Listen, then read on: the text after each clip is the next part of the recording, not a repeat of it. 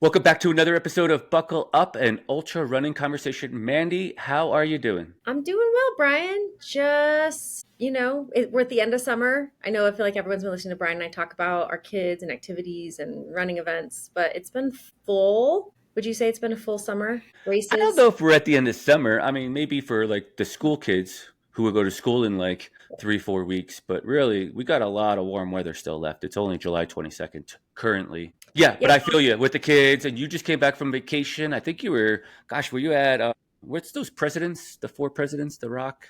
Rushmore, that's what I was thinking of. I thought I saw a picture of you at Rushmore. And why they were chosen. And I'm like, oh, we were just there. So it's Lincoln, Roosevelt. Washington? Who else is on Mount Rushmore? I should know The this. four of them. Yeah, the four There's of them. four of them. I was more Yep. intrigued with looking up their noses at Mount Rushmore. So it Mm, would have been fun if when they carved it, they would have carved in some boogers, like some snot rocket mm. action. Snot rocket on the trail, Brian. But yeah, and actually, I just did this weekend quite a few times. It was dry. It was a little dusty. It did rain a little bit, but I was in Uray helping support a previous guest of ours, Tim, at the Uray 100. You know, more and more, I'm really enjoying like showing up and helping somebody else because I came home. I wasn't fully rested by any means, but I didn't have like that 100-mile fatigue in my legs. I only ran 25 miles. Mhm. I did 11,000 vertical feet. I got to see the course, some sections of the course that I had forgotten, but I also got to visit with my friends and the community and just see the ultra running community in action without having to run 100 miles. Yeah. What section did you do with Tim? So I did mile 52 from Weehawken to Weehawken. It's just an out and back from Weehawken 8 Station to Weehawken 8 Station and then Weehawken to Crystal Lake. So that was 14 miles. And I did that from 11 p.m. on Friday till about 7 a.m. Saturday morning. So it took us 8 hours to go those 14 miles. It was pretty slow going. That climb going into Hayden Pass is on both sides. It's miserable. It's challenging for sure. Yeah. It's just steep and relentless, and it doesn't end. And then I jumped in for the last 10 miles from mile 90 to the finish, Oh, which nice. is called the Bridge of Heaven. And it's probably the longest climb of them all. It's a 10-mile section. It has 46 or 4,700 feet of vertical gain in 5 miles before you come descend down it again. So it was nice that Tim was tired because I'm sure on fresh legs he would destroy me, being more than half my age, younger than I am. Yeah. But it was good to get out there. I was out there lots of Great. dark night hours and able to support. I had a lot of fun. I saw friends and all that kind of stuff. So always nice to be part of the community. That's fun. And look, Tim did well. Looks like he was pretty high up there in the rankings at first. I remember I was on family vacation, but like we all do when we're doing anything and live streams going on, you're really secretly watching it on your phone. Like wake up in the middle of the night and check his progress. So that was fun to watch. I was torn. I had so many windows on my phone open, and whenever I had service, I was watching High Lonesome. I was Mhm. watching Uray. I was watching the trackers for my friends and Tim, obviously, in Uray. And actually, Tim was moving so well that I was going to plan on going over on Saturday morning, but I started watching the tracker Saturday or Friday afternoon when it started Friday morning. And I quickly realized he was moving way faster than he thought he was going to be moving. So I hightailed it over there and made it just in time. I showed up at 10:30 p.m. and then started pacing at 11. So it was That's cool. straight to the gut. I luckily had some food in me, but I didn't get any sleep until the following day. So it is what it is. It was fun. That is fun. Yeah, I love it. It's fun. It's been a fun summer to watch all of these races and talk to people that have finished them, talk to people that showed up in Uray for their like first time or 100 or 101st or 101st, right? And so that is our guest today. That's the segue to Walter Handloser. Walter Handloser is our guest today on the show. We've recorded it before Uray. So at the end of the episode, we start talking about what's next, and he's talking about Uray. He lives there. San Diego native, I believe, if I'm not mistaken, or at least San Diego County for sure. But he lives in Uray currently. He finished. Spoiler alert: he finished his fifth Uray this weekend. I don't think it was one of his faster times, but I think that comes with getting a little bit older and maybe being tired because his 100th 100 plus mile finish was at the HOTS event put on by Laz Lake. It's the Heart of the South. I think it's just shy of 400 miles. I think it's 375. It's like a self-navigation through the South on paved roads, and your debit card and a backpack. And they drive you out 400 miles away from your car, and you make your way back. It's kind of a crazy race. He talks about it a little bit in the podcast and the show. So Yeah, he talked about starting out with, it was marathons, right? Like a Mhm. marathon a month, is that right? And then just kind of was like, well, if I can do that, I can do more. And ends up deciding to run 100 miles, 100 mile races, and a lot of variety of different races. Talks about different formats, what he likes about them, why he does it, his reason why, and definitely got a competitive edge. I think he's pretty competitive with himself, it seems like, too, like really pushing those internal and physical and mental limits with himself, keeps him going. yeah, that's right. I've been following Walter Handloser for quite a while now, probably when he was around 70 or so into it. There's a handful of athletes. There's Michael Ortiz, who we talk about in the show, and Davy Crockett as well. They're kind of maybe the historians of it as well. They keep running track records and spreadsheets. You'll hear he loves his spreadsheets. Walter Handloser does. And I love a good spreadsheet too, quite honestly. It's got to have color in it, though. It can't be like the gray and white. It has to be full color. And I do that for my own spreadsheets as well. But where I'm going with it is that they're like the historians of the history of ultra running and who's done what. And they have just a ton of knowledge about the history of all these events and where they stem from and who's completed them. And Walter's the 35th person to have completed 100 plus mile distance events. I thought he was the youngest, but apparently he's not. And it looks like Michael Ortiz will be. And Michael Ortiz is somewhere in the 90s. And we talk about that in the episode as well. And he's not done, Mandy. You think you'd tackle a project like that and you would move on, maybe take up pickleball or something. But he's going to try to recreate this in a different format with a little bit of a different structure in the 200 plus mile range as well. Yeah, he's got some 200s coming up. I saw Viper 200. We talk about that in the episode a little bit. Yeah, it'll be fun to see what else he tackles. And you might actually see him at your event, right? I don't know if we got that out of air, if that was off air. I can't remember. But he might show up at one of your events, maybe not this year, but maybe next year, and do the solo division of Wild West, right? Yeah, he was intrigued by Wild West. I told him to show up, that we don't promote it very often as a solo race, but I do have people solo that race. It's more highly promoted as a relay in teams of two or more, or solo. So maybe he'll show up and add that to his 200-mile resume. That'd be kind of fun if I was on that list of his finishes. Yeah, it's a great episode. Thanks for tuning in. Please like, subscribe, share, comment, and give us some feedback. We'd love to hear it and what you want to hear from the podcast. Buckle up. It's an Ultrarunning Conversation. Thanks for tuning in, guys. We'll see you next week. Take care.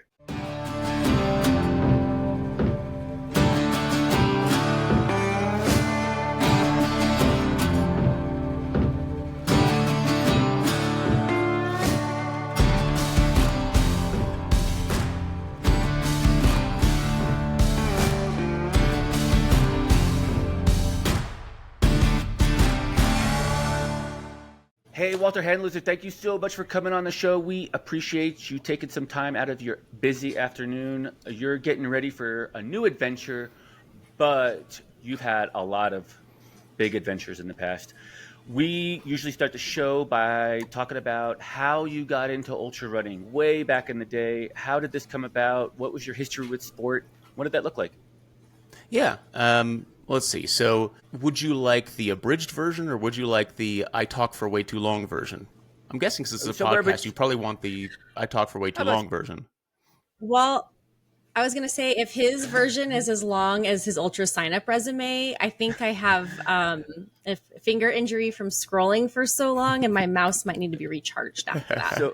But I'm there for whatever. I knew not to go to the ultra sign up because I knew it was just going to be too much overwhelming. So I just kind of knew not to even go there. But it's going to fry your computer, and we couldn't record. That's right. Yeah. So I mean, I refer to myself as a reformed fat kid because when I was growing up and basically all through my childhood, adolescence, young adulthood, and even into my regular adulthood, I was overweight and often obese. And despite that, as a little kid, I was the heaviest kid on the cross country team. I was always athletic. I always did martial arts. I ran. I played football in high school. There was never any point in my life when I wasn't active, but I also just was a fat kid. I didn't know how to eat. I didn't know how to kind of discipline myself, other things like that. So um, when I got to about 28, it was actually 28 going on 29, approaching my 29th birthday, I said, at that point in my life, I had been away from organized sports for a long time. I wasn't really doing martial arts any longer, and I was just sitting around going from fat to morbidly obese. I actually weighed 275 pounds at that point. So I'm only 5'6" for reference. I'm a short guy, so not a good look to be 275 pounds at 5'6". And I said to myself, like, look, if you have this internal picture of yourself as an active, able person, someone who can just do the things that you think you should be able to do, that's going to get harder and harder to maintain as your 30s come around and eventually even further, right? The door is closing to remain the person that you are internally. My internal external picture were starting to diverge. My sedentary life was not matching myself as an athlete or as a martial artist or other things like that. So I said, okay, well, then you have a year. You have a year to be in the best shape of your life. And literally the next day after having that conversation with myself, I joined a local gym. Over the next 10 months, I lost 100 pounds. And now at age 43, I've kept that off the entire time. I started up martial arts again at first, and heavy lifting. I started with boxing, ended up boxing for about 8 years. And when I was well and truly into it, when people who knew me all through the transition had really started to notice a difference, one of my friends who was a marathon runner, actually not merely a marathon runner, she's an Ironman triathlete at the I go to Kona every year level. Uh, an amazing Ironman triathlete. She said, "Hey, well, you should try a marathon." And I thought, that's stupid. Like you do. Yeah, it's stupid. It is an objectively stupid thing. And for background, here was what I was thinking. When I was losing all this weight, one of the things I said to myself was, hey, I should try running a half marathon. And so I just went out one evening and just found a route and ran until my phone, it was my phone at that point, told me I had done a half marathon. And um, I felt like I got beaten by a bat.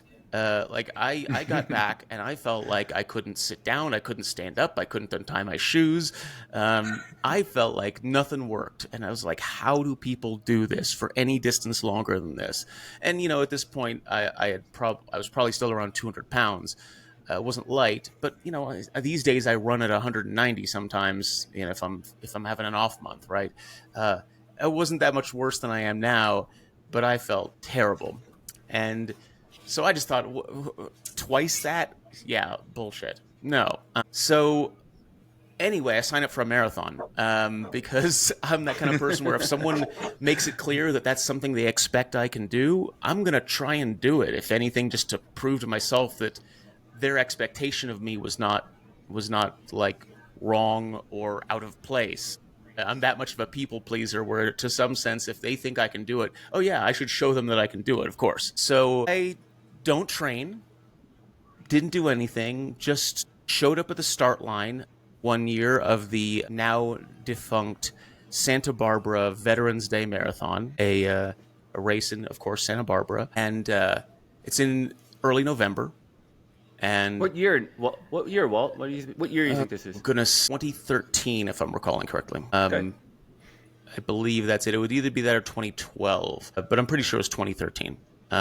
Because I'm pretty sure 2014 was the first year. I'm sorry, I can't bury the lead. I'm telling the story. Let me leave the suspense in place. So I show up at this marathon in very good shape. I was boxing at that point pretty actively. I was lifting a lot of heavy weights. I was working out probably 10 to 12 times a week, doing 2 a days most days, just a very, very, very active person. And I show up there and I just start running. And 23 miles later, in 90-degree weather, having not eaten nor drank a single thing for the entire time, I collapsed by the side of the course. Now, this was the process of a long, slow failure wherein I was first passed by the fast people, and then I was passed by the slow people, and then I was passed by the grandmas doing the walking, and then there was this big group of special needs folks who were towards the back, and then they passed me, and then I was like, I'm really dying out here. And then I couldn't even walk any further at that point. I collapsed, lay there by the side of the road. They called the medics over, and the medics look at me. They're like, you're in shape enough to do this. Like, what's wrong? And I said, what? I can't move. I just can't. I'd get up if I could, but they're like, well, there's only 5K left in the course. I'm like, if I could go 5K, I'd go 5K, but I can't move. Can someone help me to my feet or something? I don't know.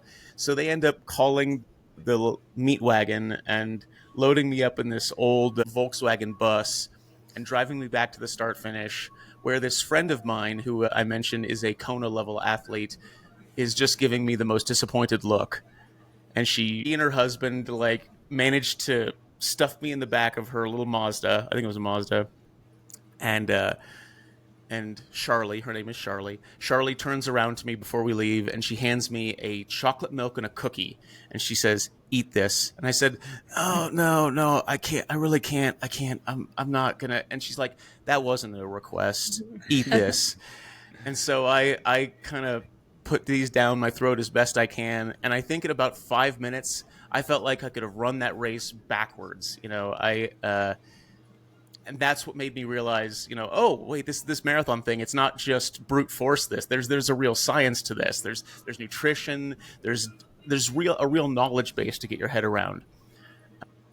So well, can I ask, the decision to not course. eat and drink during the race, was that did you see other people doing that, and did you ever think I wonder why they're doing that? Maybe I should do that, or did you ever notice anyone taking nutrition? I certainly noticed, but there's a part of you that says oh, that's the crutch. If you're a real athlete, you probably just go without, right? That's how it works, right? And I'm thinking I'm hardcore. There's a degree of pride and testosterone involved in that decision, no doubt. So I'm just thinking, no, this is not what people do. They're real athletes. I didn't, to use an old expression, I didn't know my ass from a hole in the ground. It was not an intelligent or well thought out decision, and it was pure ignorance, right? If I had any basis of knowledge, if I had listened to if I had picked up a training book, right? All of them tell you the simple thing of, look at that, when you start to get to that distance and you actually are putting in real effort for that long, your body doesn't have those kind of stores to just burn through, especially at the pace I was trying to run it at. It wasn't fast, but I started out at what probably would have wound me up as around a 3:15 pace, and wound up DNFing somewhere around 5 hours into that thing. So, nevertheless, I was starting out pretty swift. And, if I had had any basis for it, I'd have picked up a book, done anything, I would have known what was wrong. I didn't. I wound up in the meat wagon. It was your first DNF. Yes, my very first race was my very first, or I should say my very first marathon was my first DNF. I had run half marathons since then, and that was also what gave me a little bit of that unwarranted confidence, is because you can off the couch a half marathon if you're a very in shape person, and I was in shape enough to off the couch a half marathon. Anyway, so that's how I got into marathons. Yeah. Mm-hmm. But then, so fast forward somewhere in the middle of the year, the next year, 2014, I work out with this guy named Larry. And Larry is an older fella, not by ultra standards, but certainly by the standards of a 30-year-old kid who doesn't, know anything. Larry was probably in his mid-60s, I think, at that point. And Larry was still running 100-mile ultra marathons after a heart valve replacement and 2 kidney failures, only to have a third shoved up into his abdomen, to work in their stead. So this man was working on borrowed parts and still running 100-mile ultra marathons. And Larry says to me, hey, you should try a 100-mile race. And I looked at Larry are you stupid? I just failed to run 1/4 of that. What world do I jump from failing at 1/4 of that to succeeding at a 100-mile race? And Larry, being a wiser man than I, just said, I just think you'd thrive at it. And I was like, whatever. So I signed up for a 100-mile race. No, it took a little longer to get there because first I had to. I'm the kind of person where if I fail at something, I have to go and succeed at that very same thing. I can't just do something else. I have to go to that same event and I have to succeed at the thing that actually beat me. So I signed up for the next Santa Barbara Veterans Day Marathon the very next November. And this time I picked up the Hanson's Method book. I read that thing all the way through. I made spreadsheets for myself. I've always been a spreadsheet person. Made spreadsheets for myself to tell me how like I should do each individual day, what each individual day's mileage and speed looked like. I would try and match those speeds down to the second. I was on it. There you go. There's that book. Yeah. I have the gray covered one, so it's a little older, but yeah. Planned out your nutrition, maybe. Yeah, started exactly. thinking about calories and input output. Yep. And so I go back the next year, and by now my mind is churning with the idea of like, okay, well, maybe this will be the gateway to something bigger. Who knows? Right now, let's just finish this race. And I run a 3:30 for my first marathon. Nice. I felt like death at the end. I wanted to puke, but I had successfully done it. And my mother, to this very day, has the picture she took of me at the finish line as her phone background. I think it may have recently gotten replaced by one of her dogs, but we might have to use that as a thumbnail image now that we're going back to thumbnail images. That's what I was going to say. Okay. It's a very tired, very young me with far less gray. I mean, Brian uses his a running picture of him when he was like what, 12, Brian? I might have been 10 or 12. Yeah, I use that pretty often. Nice. Yeah. So I decide, and I'm a jump in with both feet kind of person. So I finished my first marathon, and my immediate next thought is, well, I should run one every month for the next year. Yeah, that's a logical progression, right? That's a reasonable thing that normal people do. And good idea. Sure. Well, so I start along the process, and I quickly drop about half an hour off my time. I start doing sub-3s and running. I was a pretty 3-centric person. I would run between like 256 and 315 on much more difficult courses as my like normal thing. And before a year had gone out, I was very bored with it. To me, like, you get one marathon and you've seen kind of every road marathon. The difficulty is in the challenge of matching a precise time, of doing a very specific type of performance. And I wasn't as much into that. I got to a point where, like, for me, still a very chunky kid, at getting a 250 something, like that's close to where I'm going to top out. I'm built like a power lifter. I'm not built like a runner. I could spend years and years refining everything, changing my diet, modifying everything about myself, only to shave a few seconds off, maybe a minute. And that just didn't sound like a very fun way to live my life. So I started moving up and doing... So I have to... Yeah. Oh, I wanted to chime in here just real quick. I think that there's, a 256 is a super respectable marathon time. Like that, I bet you most of our listeners... It's pretty decent. Yeah. Have not done that in their prime. So as much as you are giving yourself to be more of a bodybuilder, you still have some wheels in you. And when you're getting those legs moving to run sub-3, which I have never done myself. I think my best is 3:06, if I'm not mistaken. So nice. So that's a really good time. I think that was a downhill speed. Where I'm going with this.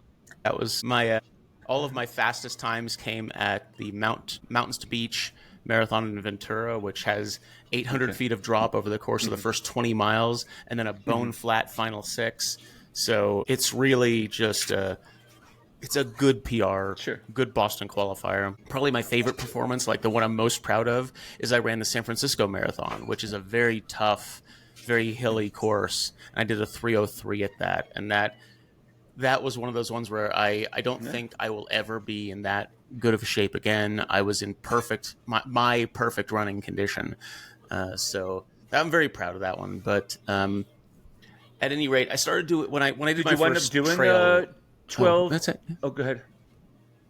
Yeah, I did. Did you do one of them was a 50K. The full year of marathons? Okay. Oh, but you did them all. Yeah, one of them was monthly. Yeah, I did. For the year. Yep. So And once I did my first trail 50K, it kind of was over. Like I realized this is better. How could I not run trail? Like, this is amazing. And I still love running everything. I still love running road. I still love running trail. I still love, to me, it's all about the adventure. So you'll find me like, taking on weird courses or running in places that I've never seen until I get out there to run. Like, that's my favorite kind of experience. But yeah, things kind of escalated from there.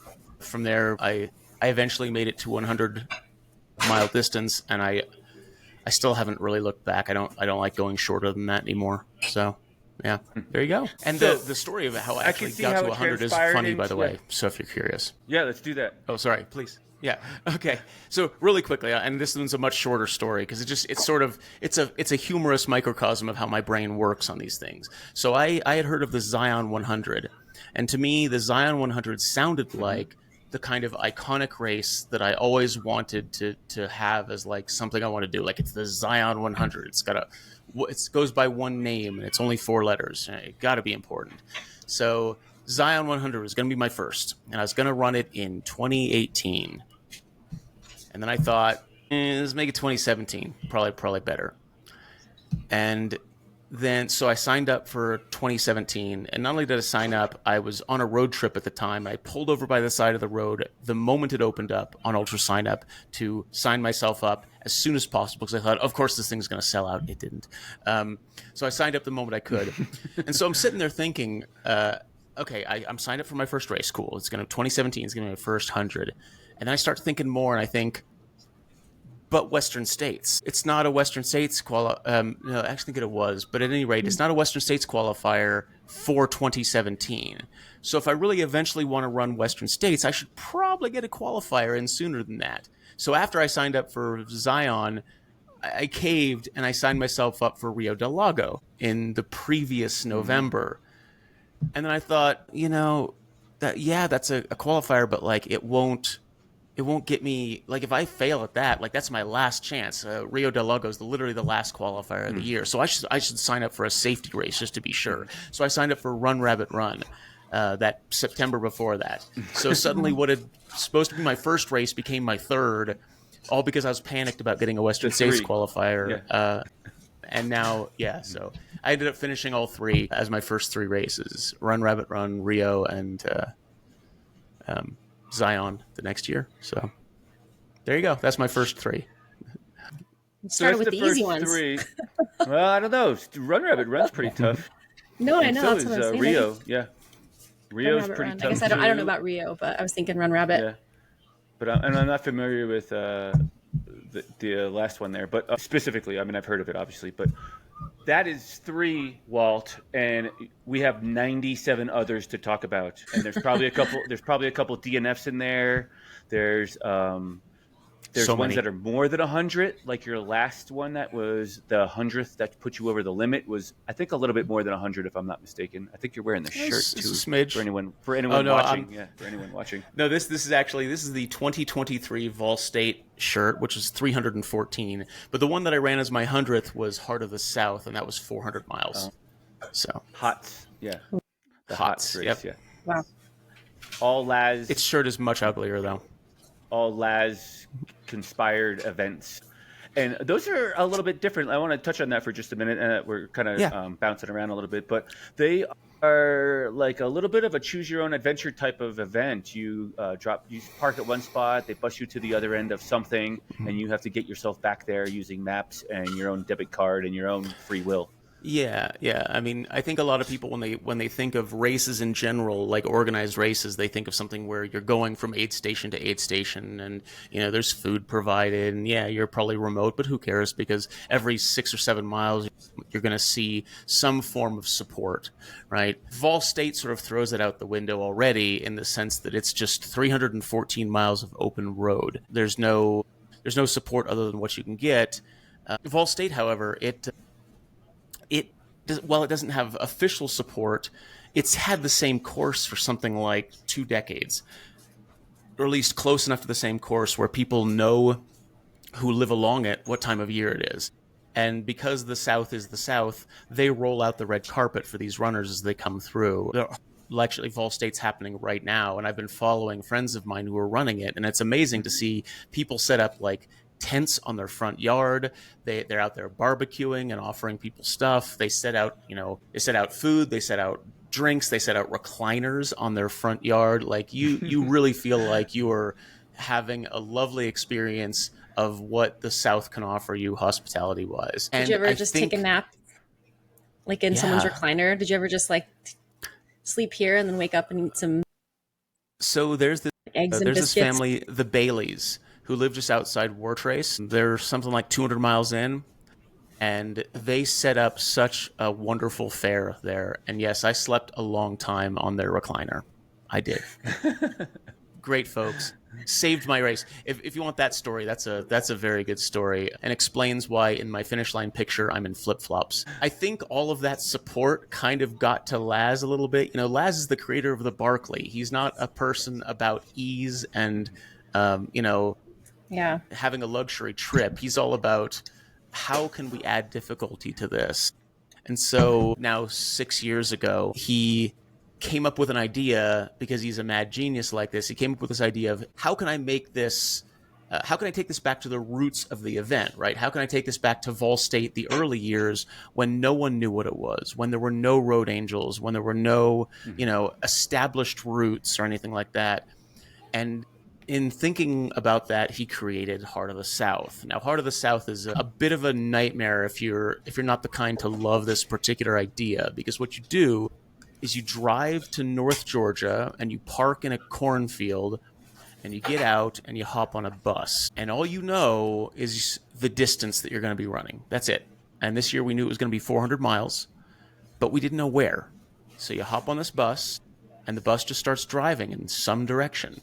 And everyone's talking because everyone wants to guess where it's at. You're just going, this year we're going northwest. You're like, okay, where are we going? We're going northwest. And so you're driving northwest and you exit Tennessee and you go into Kentucky. And you're like, oh, we're in Kentucky. Okay, where are we going to turn like north? We're going to start, maybe, I don't know, somewhere like Land Between the Lakes area. And then you sort of veer west. And now you're in Illinois. Oh, we're in Illinois now. Okay, well, what are we... And then finally, this year we stopped in Missouri. So our route in the end was Missouri to Illinois to Kentucky to Tennessee to Alabama to Georgia. Covered 6 states in 400 miles. And the only time that you actually know where you're going is when you get there and you get out and everyone goes to a big dinner that they have pre-planned for you. And there they give you the GPX file or give you the link to the GPX file for how you're going to get back to your car. And from there on, it's you and your debit card versus the world. You run as much as you can, and then you collapse by the side of the road, and you make a lot of dumb decisions, and you give yourself adrenal fatigue and heat stroke. And in the end, you have had fun, Mark, possibly exclamation point. Yeah. And how many days were you out there? 8 days, 22 hours. A lot of days, and some hours too. They have a 10.5 day limit, so I was still within the limit, but still. Any favorite parts of that course? Like anything that really, areas on the course that you loved a lot, other sections that you just would never go back and run again? All of them, and also all of them. It's one of those races where... So I've, like, in my life, I've lived a lot of places. I lived in a van for many years. I kind of am the kind of person where I will find beauty where it's at.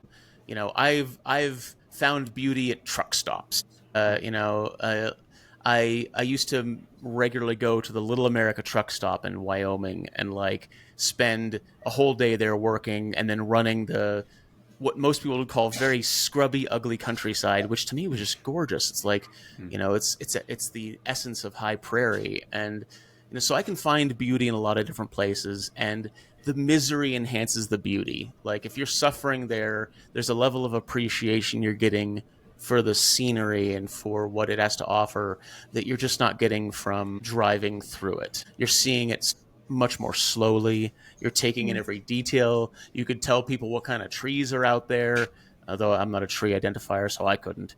But you could tell people how the foliage changed from Illinois to Kentucky, right? You could You could tell people how the road quality changed as you went into the backcountry. You could count the number of out-of-state plates that are on every car that passes you way too close. You have a lot of amazing experiences that come from experiencing a landscape on foot at the kind of pace that you're going there. And the mistakes and the misery enhance it. Like, I misplanned something and found myself out of food and water with 23 more miles to go before any town. And it's 90 degrees and the humidity is like 70%. Like, what do you do there? And the answer is you suffer a lot. You feel terrible. You think about calling the support car to DNF you and get you back somewhere where you're not going to die.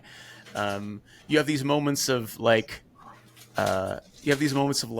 just banditing something and getting something out of it you didn't think you would. Like me and Skylar, one of the other runners, were running along, and we look over, and this is in that section with 23 miles of nothing. It was actually 36 miles of nothing, but I ran out with 23 miles left. And we look over, and it's a hot day, and we're just outside of Kimball, Tennessee, and we look over, and there's a place where they load up it's a block and brick place, just big trucks loading up cinder blocks on the back of these trucks. And in the front, there's an ice chest, a big ice cooler, like the kind of thing you'd see out in front of a convenience store. And Skylar's like, I'm going for it. I'm going to go in there and I'm going to ask them if I can buy some ice from them. This isn't a place where you buy ice. This is, they just have a security guard there to check to make sure everything's okay. But like, that's it. There's no cash register here. Like, but nevertheless, Skylar is undeterred. She goes in there and she's like, hey, can we buy some of your ice? And the guy goes, well, you can just have some of the ice. And he gives us an 8-pound bag of ice that I think saved both of our races. So little moments like that make your experience and just change, completely turn your day around with a simple act of kindness, right? That's why people come back to these things. It's unending adventure in a weird way that most people would never even consider to do. Who wants to run 400 miles across the American South? Not most people. I have to ask about the irony there. Did you think during that time, like, I've got 23 miles left to go with no food and no water, but I've done 23 miles before with no food and no water. You're right. There is a distance irony. Yeah. Do you think that the universe was just testing you a little bit? How right. bad do you want this? It's just prodding me. Hey, do it again. You've done it before in that first marathon, right? Or almost marathon. Yeah, maybe so. If I was the type of person to believe in any kind of coincidence or meaning to the world, I think that would probably be where I found it. As it stood, I was just so gone out of it. It's a very depressing feeling to be out there in a situation like that, because you can get there. You're going to live. You're not going to die, but you're just about to have the most miserable 6 hours of your year, probably of the last several years. And the knowledge that all of that's still ahead of you, when every mile feels like it takes an hour and a half. Time dilates weirdly in the extremely long ultra running world, and you go for what seems like hours, and you've actually been going only for 30 minutes, and you've covered 0.75 miles, and you're like, how am I moving that slowly? What's wrong with my legs? Why am I not moving? This sucks. Why did I do this? I'm stupid. This is stupid. Everything's stupid. Laz, I hate you. Me, I hate me. Feet, I hate you even more. I hate more than anyone else. Can't I just get my feet replaced by those carbon blades or something? That seems so much easier. Why can't I do that? So, yeah, it sucks, but... Well, you shared the first 3 and the last one, but there's 94 in the middle there that we haven't talked about. There's also a year or so that you did 50. So that's nearly every weekend you ran 100 or better. What year was that? And did that kind of transpire just like the, even more so than the one marathon a month? I mean, this is 4 100s a month, basically, or one every week, except for 2 weeks. Yeah. And what 2 weeks did you take off, actually? I don't know why that makes me... I really have that question, too. But what 2 weeks of the year did you take off? Well, it's a little more complicated than that. So, Okay. So I started to realize when I was pretty early in my running career that I sort of thrived on back-to-back races. In 2017, I believe it was, I did a progression of 11 weeks, 11 races, and it was 50K, 50K, 50K, 50 miler, then 100K, 100K, 100K, 100 miler, and then I think another K at the end. It was a weird, like, it was just a progression of distance, basically. I'd have to look back to see what exactly it was, but that the 100 miler at the end was actually Cruel Jewel. So it all led up to this performance of Cruel Jewel where I took second place, and I realized I might actually work this way. Like, this might actually be my thing. I'm never gonna outspeed the speedsters. You know, when I started running long races, I realized that the skill to run that long fast wasn't really in me. I'm not the kind of person who's going to run like a 15, 14 hour. So what could I do instead? And the answer seemed to be I can run constantly. You know, I can keep going and I can be recovered fully in a week. So I thought, well, okay. I mean, if that's the case, what can I do with that? And that got me thinking, for example, how many 100-mile races has someone finished in a single year? Like, maybe that's an unoptimized record, right? And I looked it up, and the answer was 41. And me being a big old dork, my first thought was, why 41? And that's an ugly number. Why would you leave it at 41? Why wouldn't you plan something like, I don't know, 50? Like 50 sounds like a much better number. Why not just go for 50? It was only later that I realized I knew the person who had that. It was Ed Eddinghausen. And so I talked to him, like, what happened? Like, why was it 41? And the answer was, for Ed, like, Ed is very much just I'm just going to do it kind of person. Like, he's not I'm planning this 3 years ahead of time. I've got 8,000 spreadsheets. I've contacted sponsors. No, Ed's just like, oh, I just signed up for stuff, whatever was open. And so he made 41 just by going out there and running. And while that works for when a sport is kind of in its infancy, or when ideas like that are relatively new, as something gets more sophisticated / mature, people tend to optimize records. And my goal is not to optimize anything to within an inch of its life. I have very little patience for that, but I am the kind of person that really enjoys logistics. So I said, okay, well, I can set out to make this a nice, pleasant number. I don't like 41, so how about 50? We'll do 50. So what I did is over the next 8 months, it was 8 months of like basically a part-time job planning this. And I planned 54 was the actual number that was on the calendar.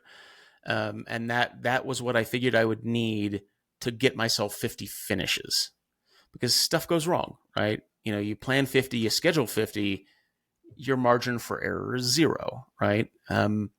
So having this margin was important. And in order to do that, I had one almost every week. I had skipped 2 weeks, I believe. 1 week because there just wasn't anything anywhere in the world. And another week because I didn't get into Western States. And Western States is kind of a special thing for me. Long story, but I started volunteering at Western States before I started running. It holds a very special place in my heart. So when I'm not running, if I'm not running it, which I haven't yet, I'm 9 years into the lottery and I haven't run it yet. So, but when I'm not running it, I'm volunteering there, and I'm volunteering the whole weekend. And then just because I'm going for a record doesn't mean I'm going to take that off. So that was one of the weekends I didn't go, but I had several doubles planned, like at Across the Years and at Born to Run and at the Franklin's race, which now no longer exists in Texas. And then I had those days off. In the end, I had 54 on the schedule. I had 2 DNSs, one due to just not being able to make that particular race, if I recall correctly, and the other due to just being too injured from the previous time around. And then I had 2 DNFs, one due to getting the flu from visiting my aunt and uncle, who were turned out were sick. Stayed with them. I got sick. I tried my best. I made it like 30 miles and had to retreat into defeat. And then second time was at Lougarou late in the year. I fell on one of the many hundreds of thousands of routes that litter that course and re-aggravated a knee injury. So yeah, but aside from that, it wasn't that I planned 2 weeks off. It's just that's just how it shook out that I had 50 rather than 52. I'm dying to know, what weekend is there not a 100-miler? And do you remember when that was? Yeah, I mean, it may be very different this year. Yeah, it might be different. I'm kind of curious. Yeah, that's now 6 years ago, right? So, and the world of, I think the number of hundreds in the world has probably easily doubled since then. But yes, of course, I know exactly when that was, because I'm a spreadsheet. That just would be kind of fun to know, what weekend. And because you don't like to leave things unfinished, I wonder now, do we need to get you back out at 100 on that weekend? You probably already have done something. Let me see here. Where's my... Okay, so it is the second weekend of July was one of the ones that did not have one. And the other two that did not have one were the last 2 weekends of December. Okay. Now, there were ones that only had like one. For example, the first week of June, the last weekend of August. It ends up shaking out really strangely when you start. Like, I can't figure out a lot of rhyme or reason. One of the ones that makes a lot of sense is Mother's Day. Mother's Day weekend is one of the empty spots. But like, yeah.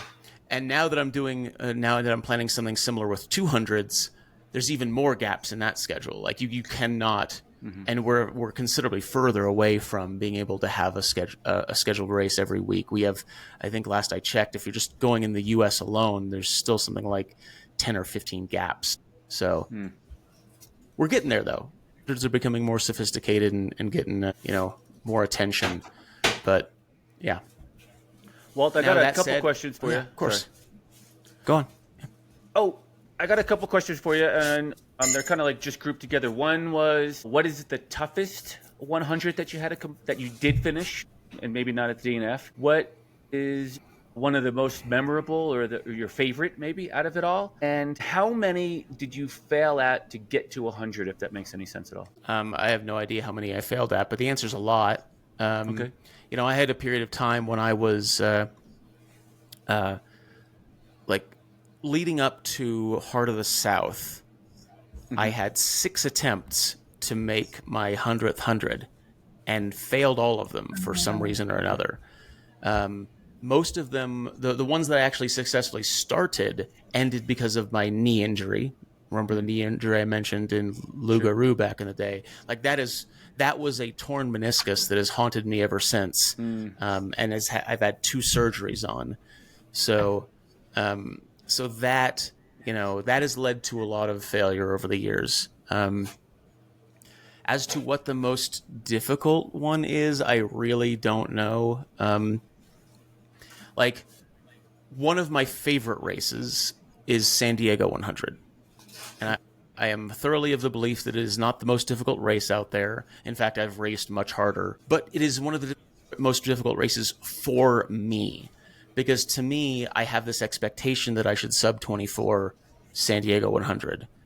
And while San Diego 100 is not necessarily that difficult, sub 24ing San Diego 100 is quite difficult for a non-elite. Elites can probably easily sub 24 many things, but the combination of me being not a very good heat runner, and it just having the right combination of awkward footing, high exposure, and climbs at all the right times makes it just a tough race to run well.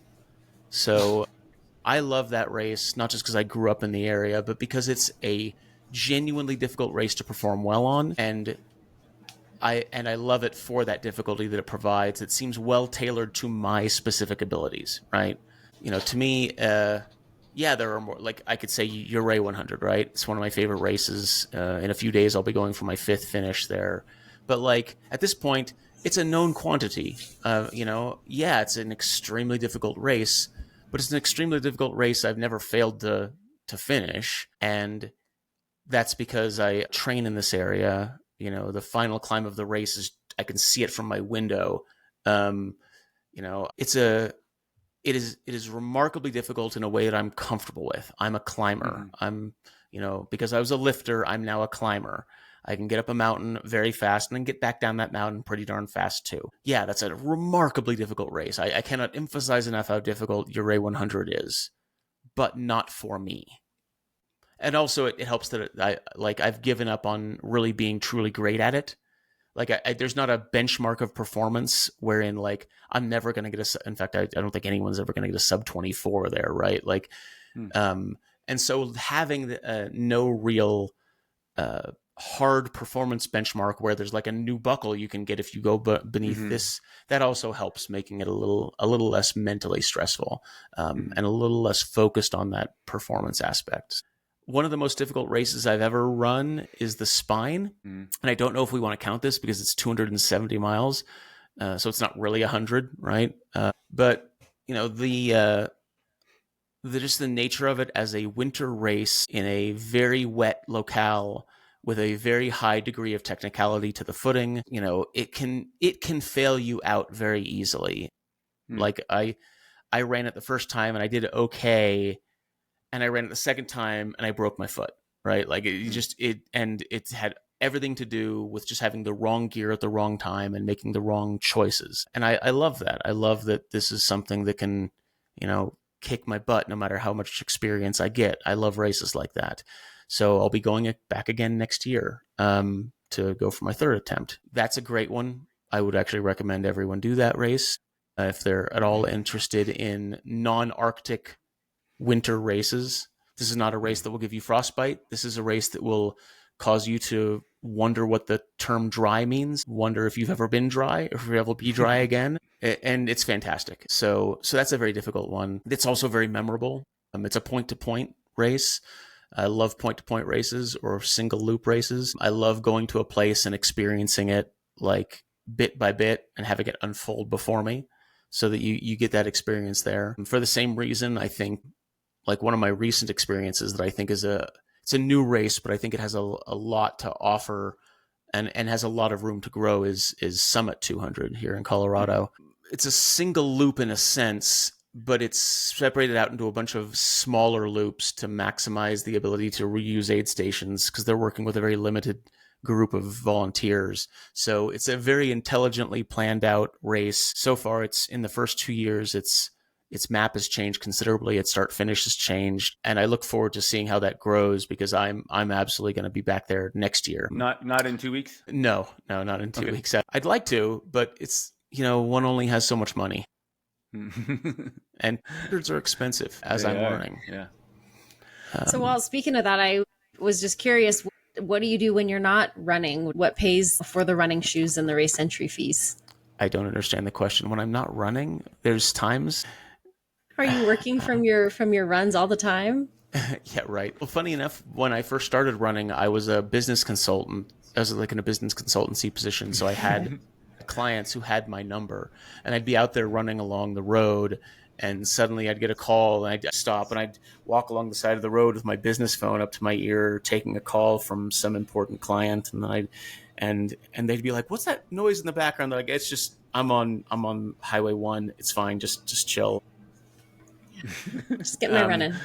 Yeah, right. I'm no longer client facing, so I don't have that kind of thing anymore. But definitely have some awkward times when like I'm an on-call person now. I work for Visa, and part of my job involves monitoring data pipelines.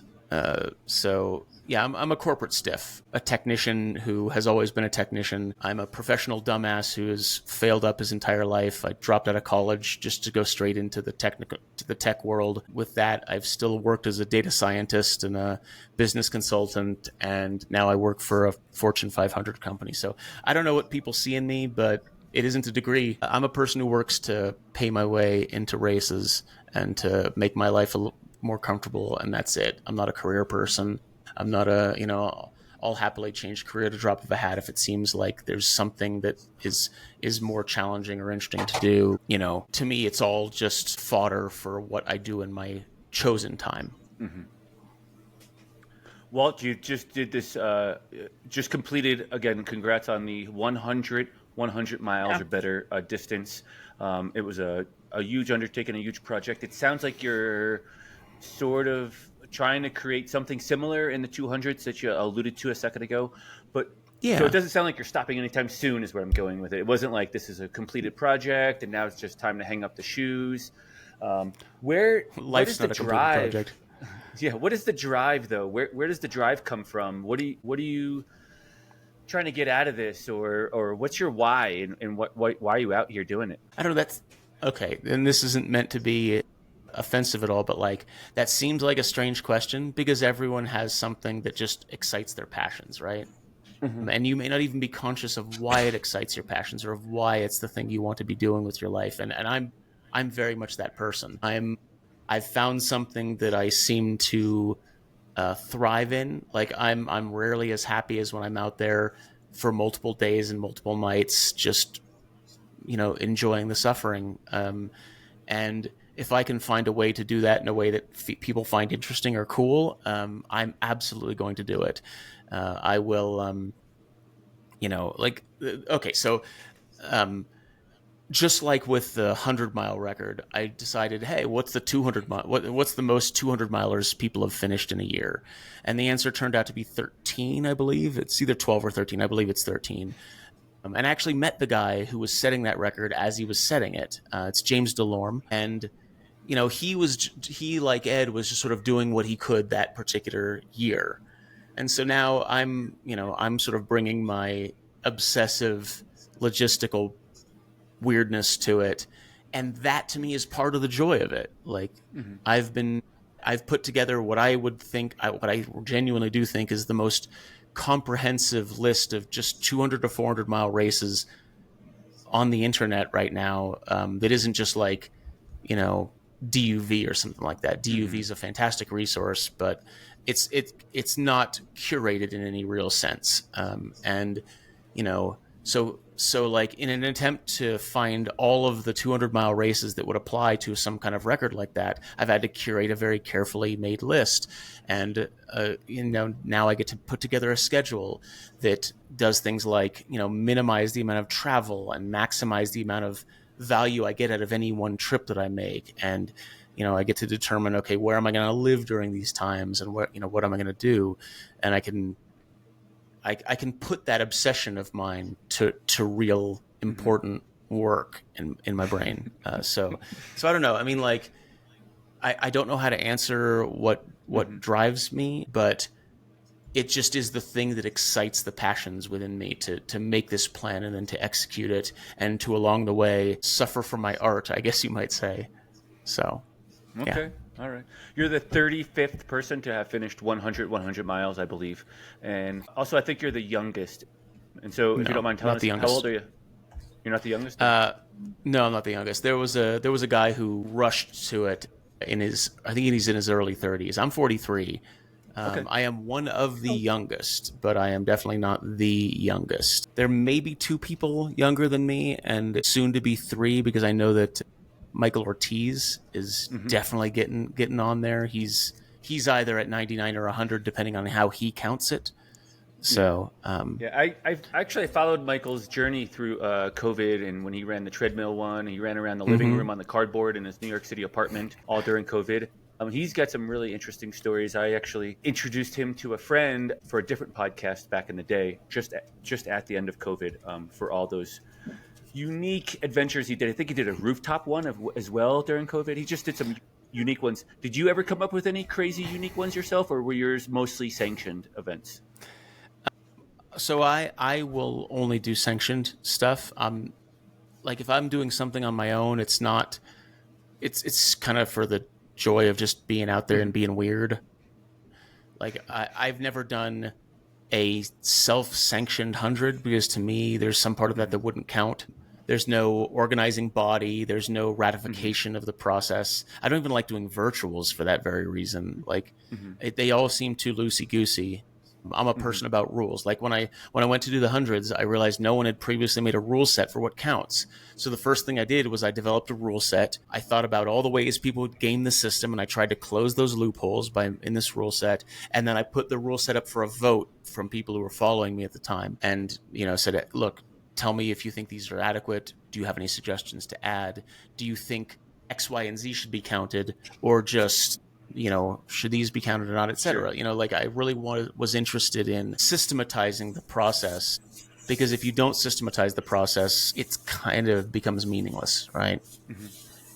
So yeah, I was not as much into self-sanctioned stuff, and that is no shade to what Ortiz does, because I'm a huge part of the Ortiz fan club. Yeah. But to me, there's a very specific mindset that takes over that says, no, I have to follow my rules. Now that said, actually, I'll say there is an unsanctioned event that I've been planning for a long time that I will do at one time, even though no one will count it for anything. It's not an FKT. It's nothing. But just the fact that I've been putting together an 800-mile loop that I call the Capital Shuffle. And the point of it is that it hits the capitals of Maryland, Delaware, Virginia, New Jersey, Pennsylvania, and Washington, D.C., all in one loop. And a very normal-looking loop. It doesn't need to shuffle all around. It really is just a loop with very minimal faffing about. And I will do that at some point. Absolutely. It looks like an amazing route. I've been planning it for months and months and months, and it's probably going to be 2027 is my guess. Sometime in probably October was when I'm actually going to do that. But that's the only unsanctioned major thing I've ever really thought about doing.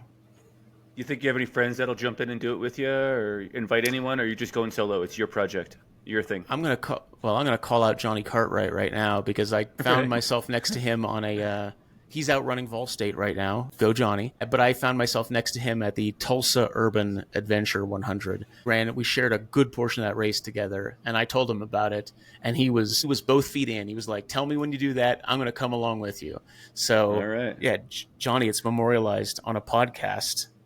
You're now locked in, buddy. Sort of set in stone somewhere in the depths of YouTube. So it's right. It's a done deal. That's how that works, right? Once it's on the internet, it's forever. Is Johnny on Instagram? We'll tag him in socials. Oh, I don't know whether he is. I'm sure he is, but I interact with people on Facebook. So yeah. Well, thank you for inspiring us. That was awesome. Quite the list there. Yeah, I have fun. I just try and have fun.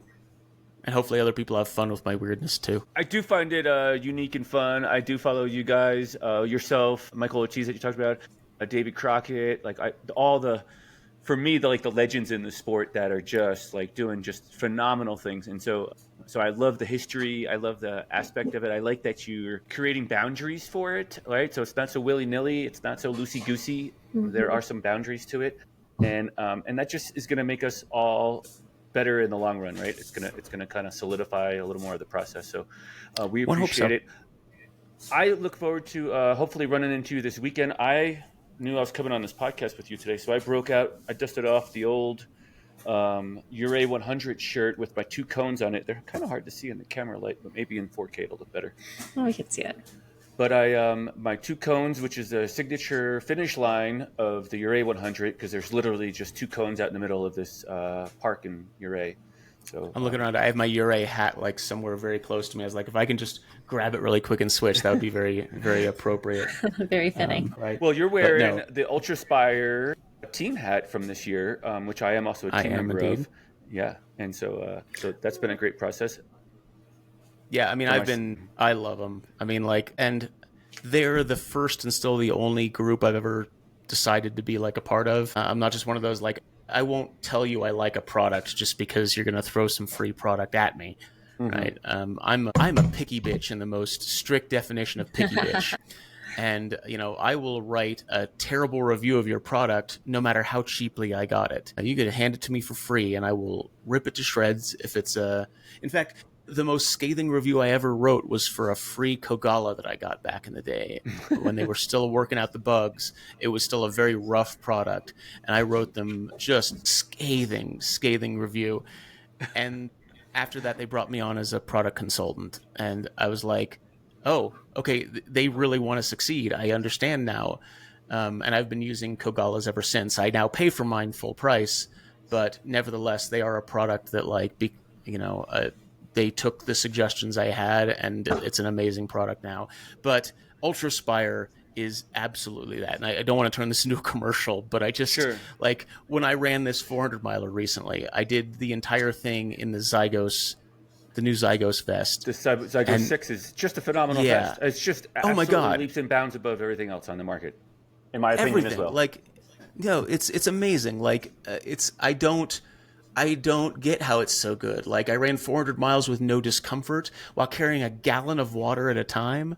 Like, I had this thing fully loaded down. It was so heavy and so ridiculous, and yet it just, because it like spreads the weight out so perfectly. It clings to you, it doesn't bounce, it doesn't move. Like, what did they do? They sacrificed to some dark wizard or something. I swear. I love it, and I will sing their praises to the heavens. So yeah, I'm happy to be a part of the company just because I believe in Bryce's vision. Bryce as a designer really has his head on straight and knows what the sport needs in a product. And I love to see this man who has devoted his life. Like, this is a person who was one of the early members of Nathan. He was one of the co-starters of Ultimate Direction. Ultimate Direction. Yeah, and he started Ultraspire, right? Like, this man has shaped the very nature of vests in sport for as long as most of us have ever known that such a sport existed, right? And he still brings that passion and experience to like everything he does. And if you meet him in person and you talk about his products, you can like watch his eyes light up like he's 12. And I love that. Like, I love Bryce. Dude's just Well, a great you've sold human. me. I haven't used Ultraspire since I started running. I switched over, but maybe you did just commercial sold me. So maybe Brian's got to hook me up with something now. One last of quick course. story about Bryce is that I showed up to after Badwater, Pace, and Simon. I showed up and to the HQ, and we did the formal like handshakes in the lobby and talked to everyone. I met this crew and the staff. I looked around the storeroom, and then his eyes lit up like just like you said, like that 12-year-old. He said, "You want to see the upstairs?" And he took me up into his workshop, like above the actual offices, above into the workshop where he's got every sewing machine ever created. It seems. And showed me each one and how they work and what they do, and that was the 12-year-old Bryce that I love and admire as I'm well. jealous. So, yeah, it was a great experience. Thanks, Walt, for coming on. We appreciate your time. We will keep tabs on you, and I hope to run into you at the Ure 100 this weekend for sure. Yeah, sounds good, man. We'll see you there. Thanks, Walt, for your time. Yeah, you as well, Mandy.